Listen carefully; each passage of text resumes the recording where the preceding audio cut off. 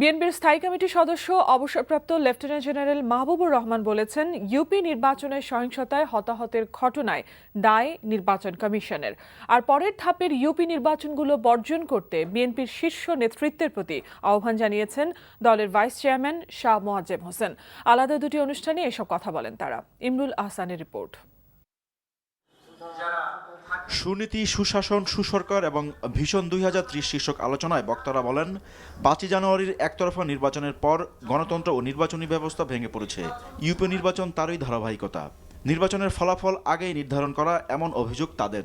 নির্বাচনের সহিংসতা এবং এ বিষয়ে নির্বাচন কমিশনের ভূমিকার সমালোচনা করেন মাহবুবুর রহমান।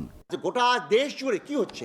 একটা রক্তের হোলি খেলা হচ্ছে, শিশুরা হত্যা হচ্ছে, নারীরা হত্যা হচ্ছে নির্বাচনের নামে। কিসের এই নির্বাচন? কেন এই নির্বাচন? কার জন্য এই নির্বাচন? হত্যার জন্য। এর জন্য দায়ী করব ইলেকশন কমিশনকে, চিফ ইলেকশন কমিশনারকে। তিনি যতই আস্ফালন করে বলুন না আমার অর্জন অনেক, ছোট্ট একটু অর্জন একটু ম্লান হয়ে গেছে এর জন্য, ওটার জন্য আমি দায়ী না, আইন শৃঙ্খলা বাহিনী দায়ী না। ইলেকশনের জন্য সব কিছু দায়ী তুমি, একমাত্র তুমি। আর নির্বাচনের নামে প্রহসন চলছে অভিযোগ করে পরের ধাপের নির্বাচনগুলো থেকে বিএনপির সরে আসা উচিত বলে মনে করেন শাহ মোয়াজ্জেম হোসেন।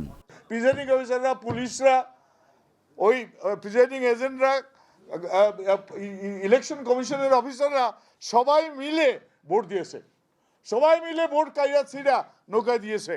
আর নৌকার লোকরা তো আছেই। এটা কি ভোট হয়েছে? এটা ভোট না। এইটার মধ্যে আপনি জান কেন?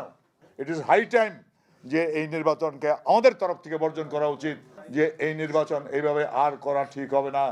আমাদের প্রতীককে অপমান করা হচ্ছে, ধানের শীষকে অপমান করা হচ্ছে। বিএনপিকে দুর্বল করতে বেগম খালেদা জিয়ার বিরুদ্ধে গ্রেফতারি পরোয়ানা জারি করা হয়েছে বলে অভিযোগ বিএনপি নেতাদের। Imrul Ahsan, NTV news, Dhaka.